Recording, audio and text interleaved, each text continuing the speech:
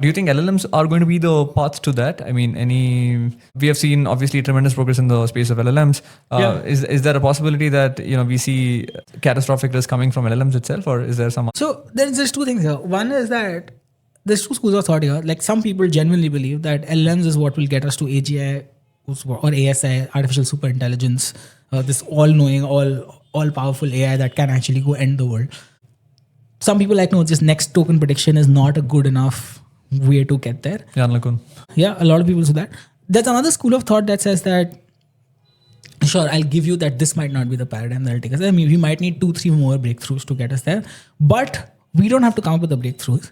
An automated coder is right around the horizon. Someone who can do independent research, can actually code up experiments, figure out how to do like ML research from scratch by itself, that can run parallelly 100,000 times faster than a regular researcher. So you just imagine giving OpenAI a super coordinated, really competent million ML researchers right on tap.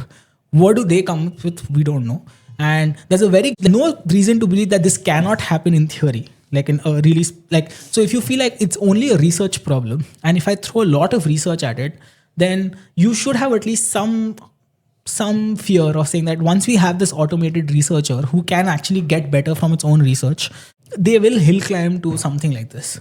That's the fear that a lot of people have. That might not be LLMs per se, but that just means like an automated coder gets us there. So that's the other threat vector. And some people are like, we don't even need this automated coder. Just LLM scaling up will get us there. So those are the two main threat vectors of why LLMs will get us to there.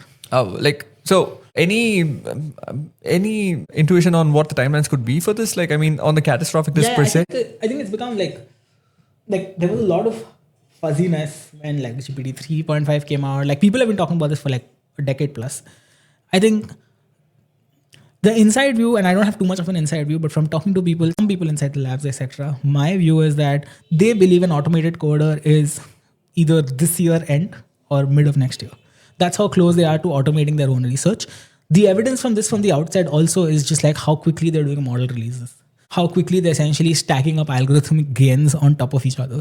I mean, if I can push back on that, which is like, I mean, depending on my usage of like programming, I mean, sometimes it misses like some, like how you spoke about, adding some scenario, or even the fallbacks. Sometimes it adds like weird fallbacks, like trying to foresee some scenario, things like that. And even when you ask it for, you ask it to do a task, and you ask it, have you finished your task? Obviously, it says yes, and you go back and check. You look at, you run it. It doesn't really work, right? Like, again, maybe my predictions are off, but no, so you're right. Like, so there's like two ways to look at it. One is you look at the line and you look at the slope.